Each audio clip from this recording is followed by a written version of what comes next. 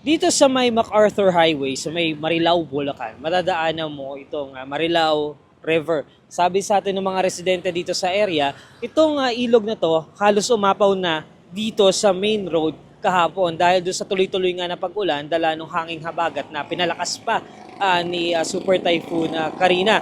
So, kung makikita mo, dito sa tabi ng ilog ng Marilao, mayroong mga ilang building. Ayan, yung red, yung blue, yung green na bubong. Yan yung public market dito sa barangay Tabing Ilog.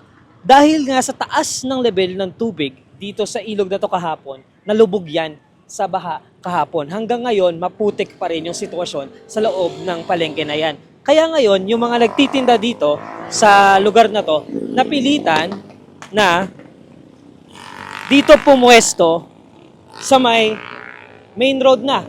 Dito na sila nagbebenta ngayon sa may tulay. Kesa nga naman masira na lang yung kanilang mga binebenta. Ito, si ate. Ate, ano nangyari na dito? Ba't dito na kayo sa tulay nagbebenta? Ano nga, nabaha. Nabaha na. Oo. Itong mga paninda nyo, binibenta na lang kahit ano. Kahit maglugi na. Kahit palugi na. Kahit palugi na. Para Para may magulang kitain yung lang. punga. Mas mabalik na yung pera. Oo. Paano po ba to? Kahapon pa to dapat dumating dito? Oo, hapon pa dapat dumating dito. Eh, na-stranded eh. Stranded Sa may kawayan. Sa may kawayan. Ngayon lang dumating. Kaya nang dumating. Hindi, kanina pang maga. Kaninang umaga dumating. Oo. Kaya ngayon nyo palang nabebenta. Oo, buti nga gumalaw na eh. Buti na pausang konti. Salamat ate. Dito, kung makikita nyo kasi dito, ito, may view tayo dito nung baba. Ito yung baba nung talipapa nila dito. Kung makikita nyo, maputik pa. Ayun, doon nga may mga naglilinis pa.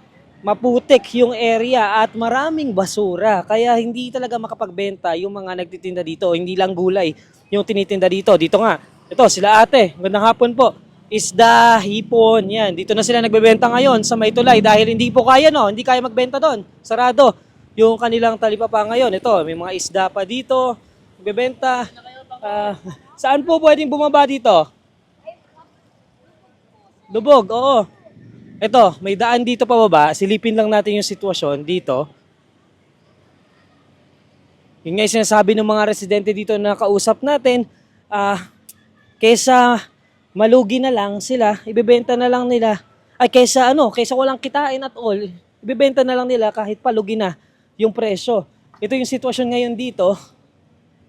Hindi natin alam kung medyo madulas, kaya hindi na natin pupuntahan. Pero ito yung sitwasyon ngayon dito sa baba. Medyo madulas at maputik. Yung putik dito, hindi lang yung basta putik na parang madulas talaga yung putik. Kaya walang makapagtinda ngayon dito sa baba.